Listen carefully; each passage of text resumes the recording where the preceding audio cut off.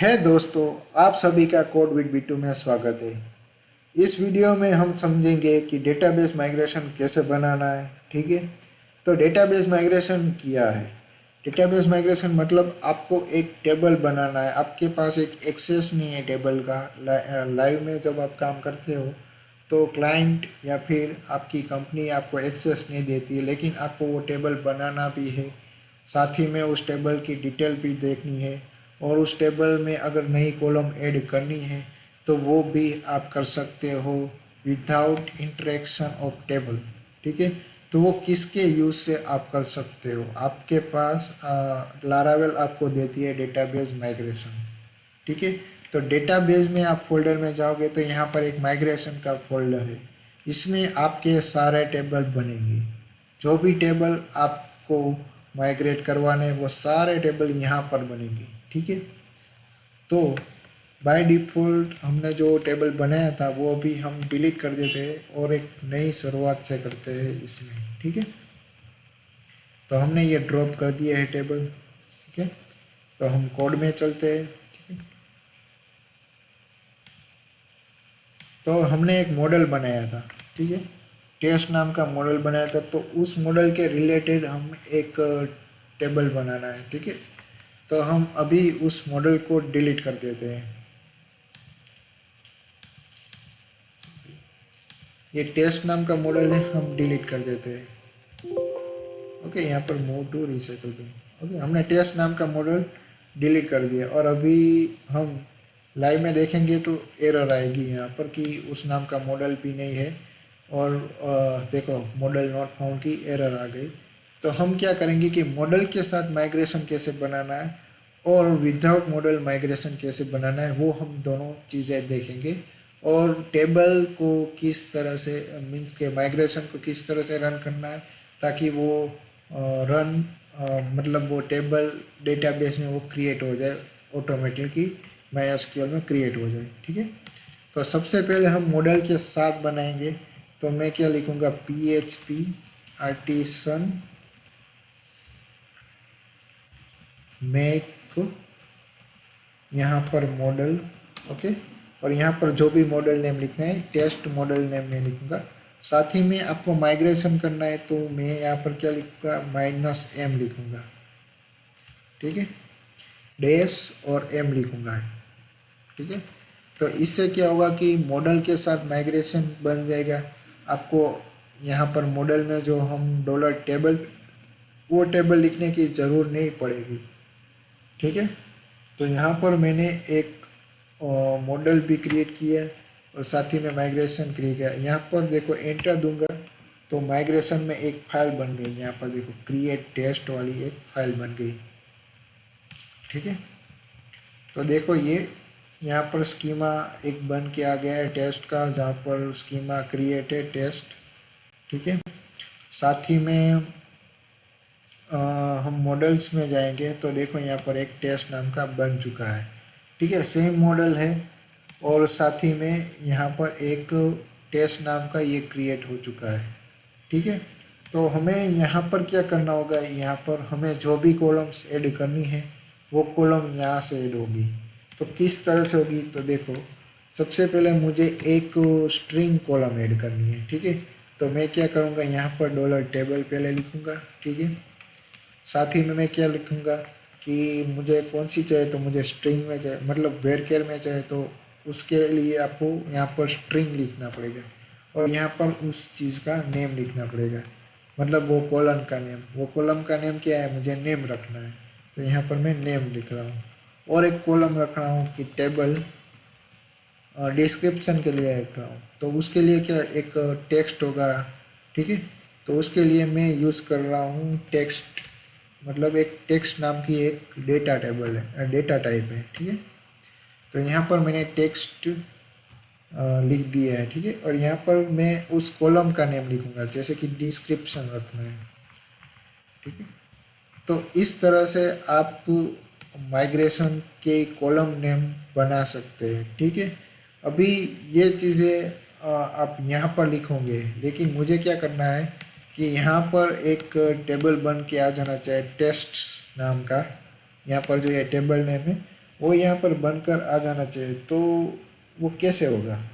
ठीक है, तो क्या करेंगे अब हम करेंगे माइग्रेशन को रन। तो क्या करेंगे, PHP आर्टिसन, हम क्या लिखेंगे यहाँ पर, सिर्फ माइग्रेट।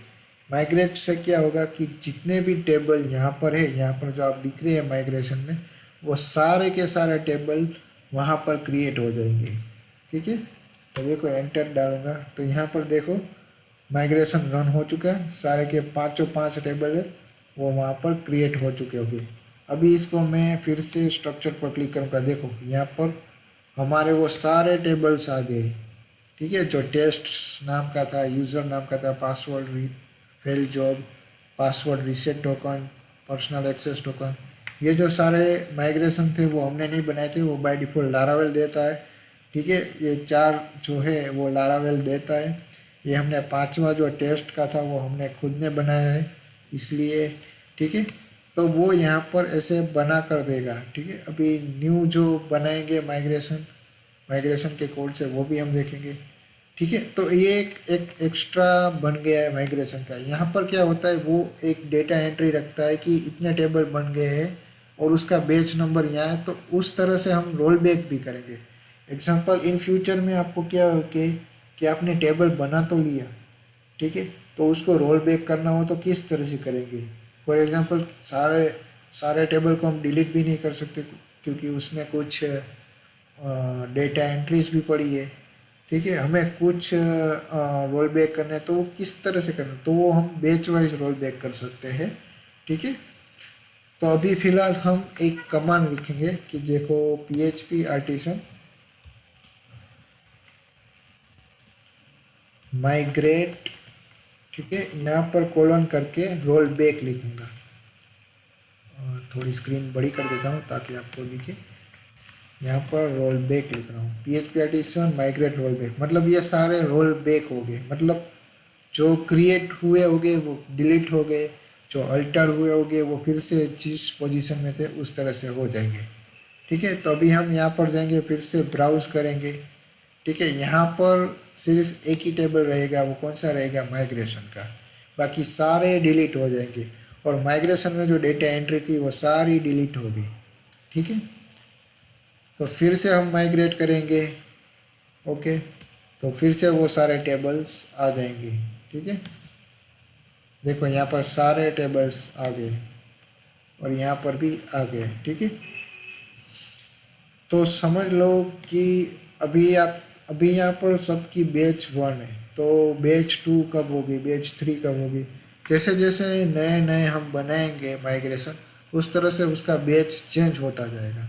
फॉर एग्जांपल अभी हम इसके बाद और एक बनाएंगे माइग्रेशन, ठीक है, तो उसका बैच अलग से हो जाएगा। देखो मैं यहाँ पर और एक माइग्रेशन बनाऊँ, PHP आर्टिसन मेक, यहाँ पर क्या लिखना है, मेक माइग्रेशन, हमें माइग्रेशन बनाना है। ठीक है, तो आप 2 तरीके से लिख सकते हो, एक तो आप कैपिटल में लिखो और एक तो आप स्मॉल में लिखो, इन दोनों में से कोई भी एक फॉर्मेट में लिखो। ठीक है, तो सबसे पहले हम कैपिटल में किस तरह से लिख सकते हैं, क्रिएट। ठीक है, ऐसे क्रिएट लिखना है, अगर क्रिएट करना तो क्रिएट लिखना है, दूसरा कुछ करना हो तो अल्टर करना हो तो अल्टर लिखना है। उस तरह से जो भी करना है, अपडेट करना है तो अपडेट कर सकते हो। आप उस तरह से नाम लिखिए जो उस टेबल को रिफ़र करता है। ठीक है, अभी मुझे क्रिएट डेमो नाम का टेबल बनना है, क्रिएट डेमो। ठीक है, क्रिएट डेमो, इतना मैं लिख देता हूँ, क्रिएट डेमो, और टेबल भी लिख देता हूँ। चलो, तो देखो यहाँ पर, हाँ सॉरी एक मिस्टेक हो गई मुझसे, सारे कैपिटल में नहीं लिखने। ओके, जो फर्स्ट लेटर है वही कैपिटल में लिखना है। ठीक है, तो क्रिएट डेमो और मैं लिखता हूँ टेबल।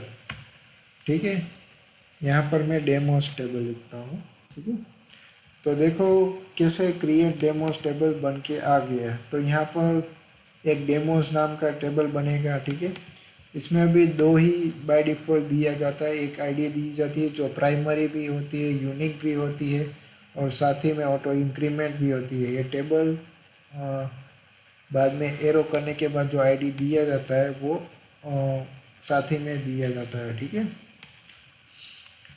तो हम इसमें से फ़िलहाल एक नेम ही लेंगे, ठीक है।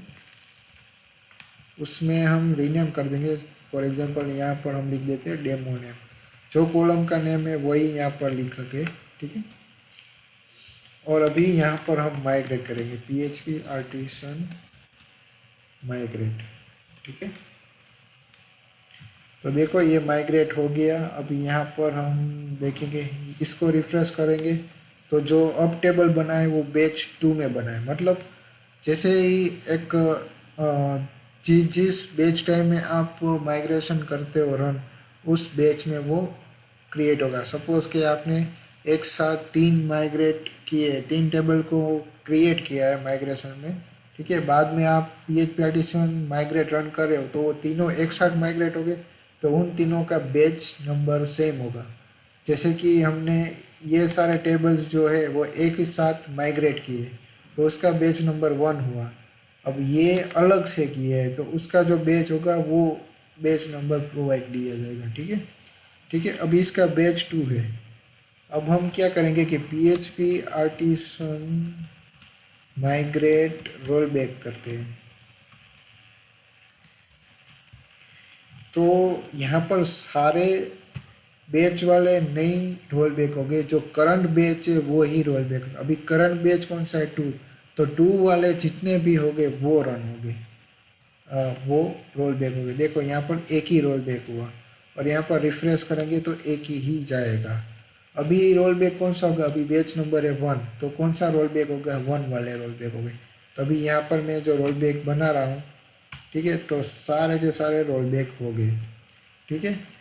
अभी क्या है कि सब रोल बैक हो गए और सबको मैं माइग्रेट करूँगा तो क्या होगा कि आपको एक क्वेश्चन ये होगा कि डेमो का फिर से बैच 2 होगा? नहीं, अभी फिर से रन करूँगा तो सब एक साथ हो रहे, तो उसका क्या बनेगा? बैच नंबर 1 बन जाएगा।